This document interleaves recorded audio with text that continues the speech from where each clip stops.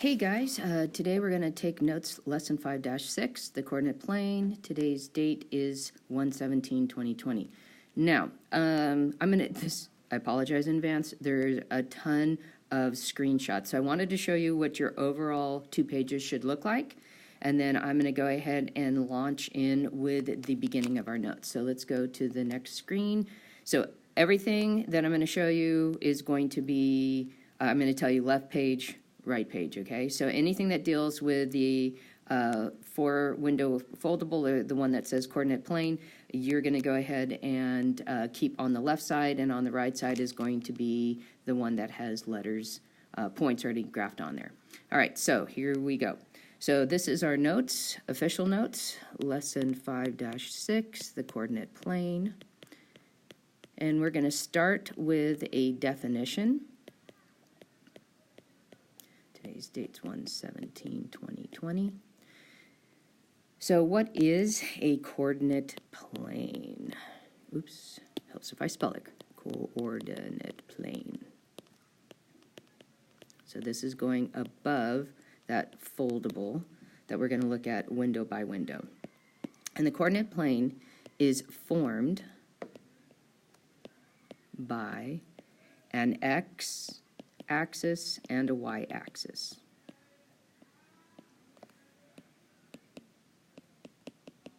Okay, that intersect at a point, at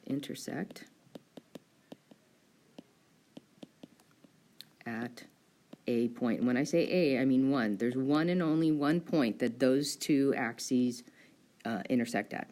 So it is used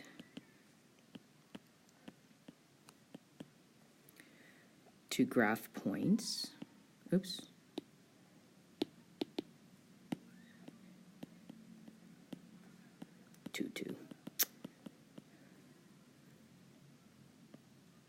Which are also known as ordered pairs. And so what's exciting is we're going to talk about all 4 quadrants. We talked about the quadrant 1 only before, and now the exciting thing is, boop, we've got 4 quadrant graphs that we get to do, mystery pictures. I got some really cute ones for you guys to practice with. Okay, so what we're going to do is on the next screen, we're going to tackle with information under the flap for x-axis. So if you'll go ahead and go over there. So what is the x-axis? As a reminder, it is a horizontal line. Horizontal, if you think about the horizon, that's where the land meets the sky, okay? That's a horizontal line, okay? Next screen is going to go under what is the y-axis. Well, if the x-axis is a horizontal line, the y-axis is a vertical line. Okay, when we stand up, we are vertical. Now, remember in our definition of coordinate plane, we said that the axes intersect in exactly one point. That's our 3rd flap, so let's go over there.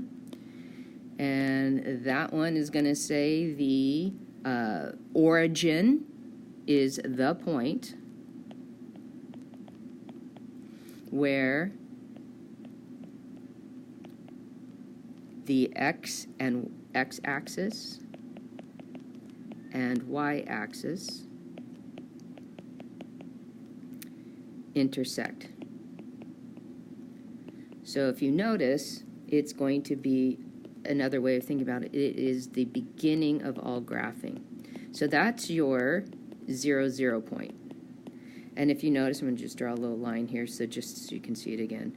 When you have numbers, they all start at 0 and then they go in opposite directions. So we have 2 and 4 to the right, -2, -4 to the left. Up is also positive, down is negative, okay? So that's what that's all about. You don't need to draw that part, that's just me explaining, okay? Let's go to the last one. Let's talk about what coordinates. Coordinates are basically telling you how to get from the origin to a point you want to graph, okay? So directions, that's what coordinates are, from the origin, so that 0, 0 part, to the graph of the point. a point, I should say. So they're just roadmaps. They tell you where to get, okay? So let's go ahead and look at our coordinate plane. And actually, so I'm going to pause for just a second. Okay, so let's talk about the coordinate plane. And what's really weird is that it has names for each of the sections, and it numbers them, but it doesn't number them normal ways. So the first one on the right, the positive, is called Quadrant 1, and we use Roman numerals. Now, abbreviation would be Q and then I. Now, what's interesting is notice your X values are positive and your Y values. And this is the quadrant that you guys studied predominantly. Some of you have seen the other sections, but this is the one you guys have worked on. So if you looked in that last column from the foldable above, the ordered pair that would fit into this one would be 2, 3. Okay. Then what's weird is we normally look at things clockwise, but this one goes counterclockwise, meaning quadrant 2 is to the left. So 2 in Roman numerals is II. If you notice here, the X's are negative and the Y's are positive. And again, its abbreviation is QII. And if you look at that table of values, the one that goes here would be -4, 3. So remember, ordered pairs have to have those parentheses around them.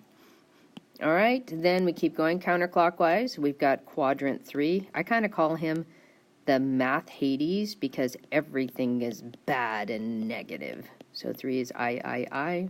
So abbreviation would be QIII, connected like that. Like I said, X's and Y's are both negative. So from our foldable from above, -1, -2 would be found in this quadrant. And the last one is quadrant 4. Now, quadrant 4 in Roman numerals gets written differently than the others. Roman numerals generally tries to have less than 3 things. So with quadrant 4, they put it as IV. So that's 1 before 5. So abbreviation would be QIV. And then these have the positive X's but the negative Y's. And the order pair that was in our table would have been 4, -5. So what I want to do on the right side is take a couple sets of notes here. We're going to talk about how to graph, and we're going to probably take that set of notes again. It's just really important to understand that. So first off, let's talk about ordered pairs. Very important that it's always X in front of Y, or if they use different letters, just remember alphabetical order. Okay, so let's talk about how do we graph a point. We took these notes before, I think we took some notes on this. We may not have, when we were doing the first quadrant graphing. So number one thing is we start at the beginning, and the beginning is the origin. So we're going to start at the origin. We're not going to mark anything. We're just kind of resting our pencil at the origin. Okay. Next, we're going to look at the x-coordinate. So we're going to move from the origin to the x-coordinate value.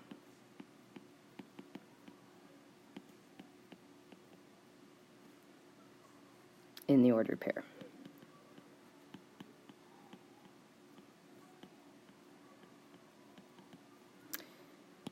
Once we're there, we haven't marked anything, we're just kind of pausing again. We're going to move from that x value, that x coordinate value, we'll just say that x value,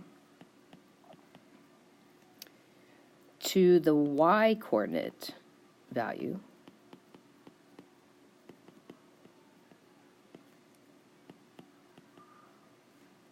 in the ordered pair.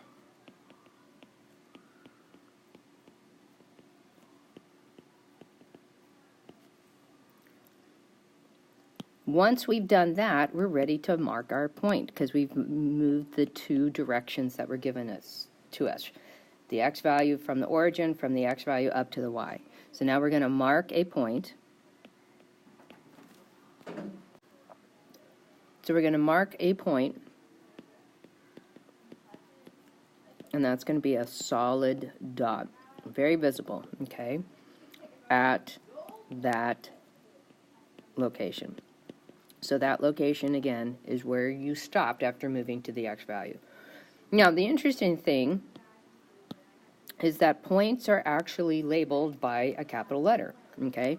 So if they don't give you a capital letter, which is one way to label your point, then you can always put the problem number. So if this is problem 1, and that's all that they said, then you can label it 1, okay? All right, so let's go ahead and let's actually do the practice. So we're going to flip to the next page, and we've got this guy right here. Now, I think I'll do it underneath. So we're going to do 2 sets of directions. First set of directions is list the ordered pair and quadrant for each. Oops, I could spell today. List, oops, yikes. Okay, here we go. List the ordered pair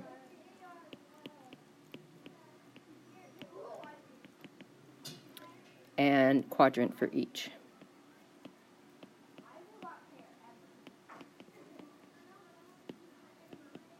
Okay, so the first one says find the ordered pair that goes with B. So we're going to locate B. And we're going to start at the origin. We went left to -4 and up to +4. So that would be the coordinates, and that took me into quadrant 2. Okay, easy. Let's go to here, let's box that guy up. And then the next guy asks us to locate A and then write its quadrant. So let's do, starting from here, A, we go 1 to the right, so that's +1, and then we go down 3. So that's a -3. And that took me into quadrant 4. And then the last question like this, let's find K. Okay. Let's see, if I start at the origin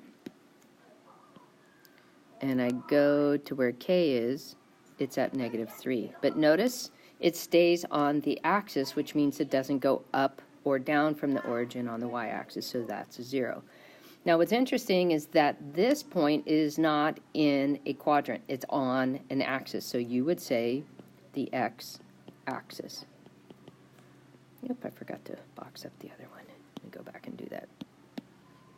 I don't think I've ever used this color before. It's kind of a peachy pink. All right, the other set of directions you're going to practice is going to ask you to find the letter of the point that matches the ordered pair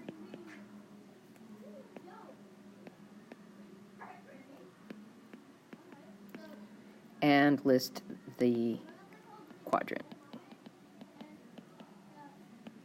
Oh, it's a long set of directions, huh?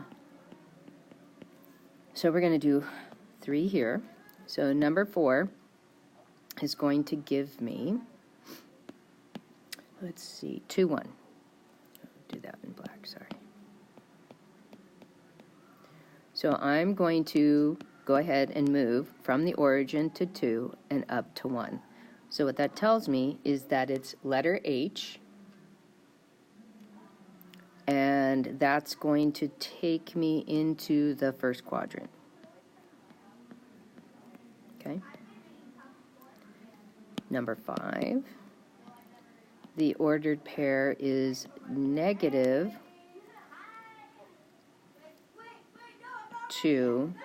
-4. So let's see. We're going to start at the origin. We're going to go to the left 2 and down 4. That takes me to T. And that's in that math Hades, quadrant 3. Naughty place. And then the last one